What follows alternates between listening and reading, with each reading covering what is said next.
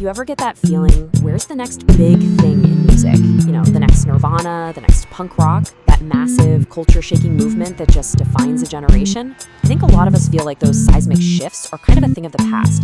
But what if the revolution isn't missing? What if we're just looking in the wrong place? All right, let's get into it. So here's our roadmap. First, we're going to tackle that feeling of the missing revolution. Then we'll meet an industry insider with a $400 million reason to think differently. We'll break down his strategy of making movies, not moments. Talk about the end of monoculture as we know it. And finally, we'll peek over the horizon at the next frontier. All right, let's jump right into section 1, the missing revolution. And this whole idea really starts with a question from the crowd. This question right here, posted on Reddit, it just perfectly captures this feeling that's been in the air. This sense that things have gotten a little safe, you know? Like the mainstream is just kind of doing its thing, but where's the real challenge? Where's the disruption? And this comment from a user named Edward Bliss really hits the nail on the head. People are missing that danger, defiance, and attitude. They remember these transformative eras and they're asking, will we ever feel that again? This isn't just some academic debate, it's a real hunger for a cultural shakeup. But is that the whole story? Well, that brings us to section 2, the $400 million mindset. Because we're about to hear from an industry insider who sees things from a completely different angle. His name is Kevin Liles. Okay, just look at that number, $400 million. That's how much Kevin Liles sold his independent label 300 Entertainment for in less than 10 years. So right off the bat, that tells you it's possible to be incredibly successful in music right now. But it's how he did it that really flips our whole question on its head. You see, for Liles, it was never actually about the money. He says he builds things to change the world. And that's where it gets really interesting, right?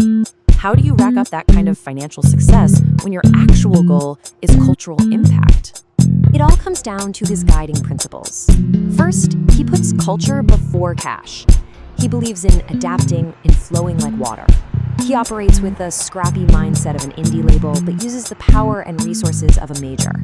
He's constantly building pipelines for new, diverse talent, and he treats the whole thing like a family. This isn't luck. It's a very deliberate strategy. So let's dig into that strategy a little deeper in section 3. He calls it making movies, not moments. And it's a whole new blueprint for success. Liles' whole thing is what he calls true artist development. This isn't about chasing a viral TikTok sound and writing it till the wheels fall off. No, it's about evolving with the artist. It's about being thoughtful, knowing when it's time for a mixtape versus a full album. It's about building a real relationship where the label actually serves the artist's growth. The end game is to create a complete journey, a full story. And this quote, man, this just says it all. Anybody can have a moment, right? A hit song, a viral clip, that's easy.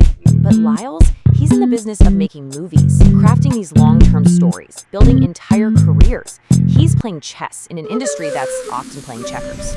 Okay, so how does all of this connect back to our original problem of the missing revolution?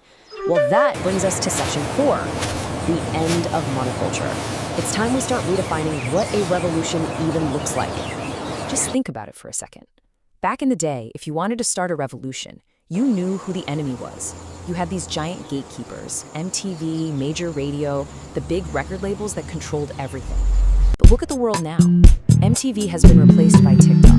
Radio has been replaced by streaming algorithms that are unique to every single person. The whole system has been blown wide open. And the result of that is huge. The monoculture is gone. There is no one single mainstream to rebel against anymore. So the revolution isn't one big earthquake. It's thousands of smaller tremors happening all at once in all these different niche communities. And you know who basically predicted all of this? David Bowie. Decades ago, he called the internet an alien life form and said its potential to change society was unimaginable. He knew the old world was ending and something new and chaotic was being born. So, where does this all leave us? Well, that takes us to our final section, the next frontier, which is looking more and more fragmented, global, and empowered. Kevin Liles, for one, sees the future going global. He predicts a massive explosion for hip-hop, with new voices and stories rising up from the African continent, from India, from all over the world. He believes the next generation of artists won't be defined by their zip code, but by their global experiences, all told through the powerful lens of hip-hop. And And there are new technologies that could pour gasoline on this fire. You hear about things like tokenization, which is basically a fancy way of saying artists could use blockchain to get direct ownership of their music and their money. It fits perfectly with this new world of decentralized power. So maybe the revolution isn't missing at all. We were just looking for the wrong thing. It's not about one single genre taking over the charts anymore. The real revolution is this massive power shift to individual artists and their small, passionate communities all over the planet. Which leaves us with one last, really big question to think about. If there's no single mainstream, no monoculture for us to all share or rebel against, then what does that even mean for us? What, if anything, is going to define the sound of a generation from now on?